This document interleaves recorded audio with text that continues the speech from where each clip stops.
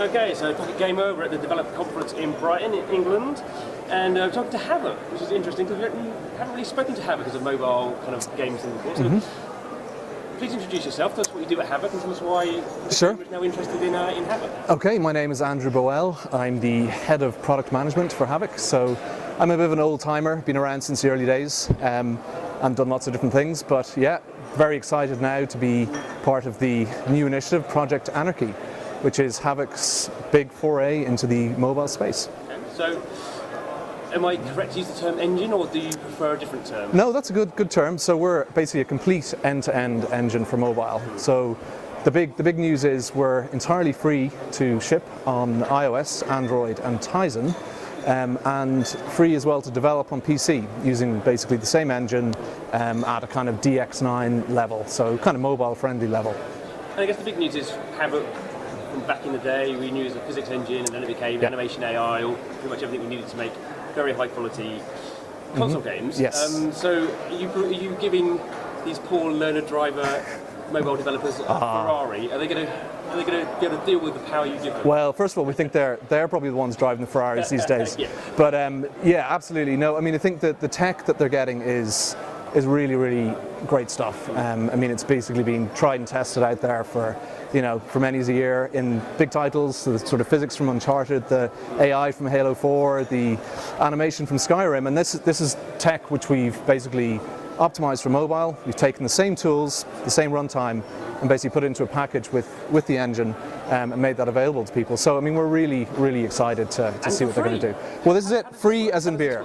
Well, I mean, listen, the goal here is to build a community. The best way to build a community, give them something free, and they'll certainly come and help us build that. Now there's an upgrade path, so people can pro, if you like, go pro, and that basically will allow them to get more source code, which is obviously a nice thing.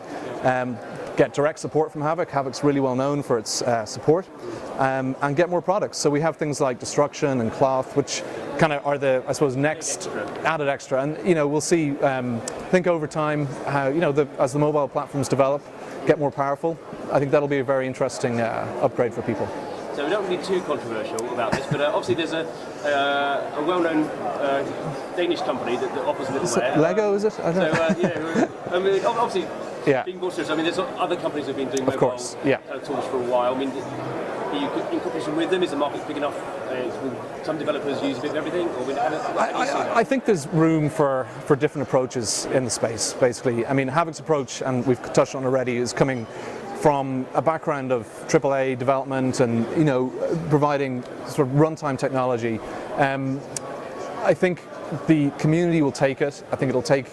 We'll see basically the fruits of the labours over the next few months. I think there's definitely room for another engine out there, and we're here for the long term. So that's the main piece. I guess the other thing I should say with my talk of Ferraris, I mean, you have lots of kind of easy tools, and you're kind of you don't need to use no C++ to use kind of the tool game. Yeah, absolutely. So I mean, there's basically lots of different ways to interact. You could, C++ is absolutely available to people who want to get down and dirty, kind of get the nuts and bolts off the engine if they like, and go in and play around with it. But absolutely, you can sit in the driver's seat and just use Lua, which is the main scripting language that we have. You can configure things pretty nicely. So there's a sort of full multi-user environment. So you can have your artists essentially using a WYSIWYG editor to set up the scene, using basically prefabricated objects that have all the properties. So you can have your vehicle basically fully rigged that artists can just go in and play around with and place. And they don't need any programming experience to do that. Excellent. Thanks for your time. Yeah, absolutely.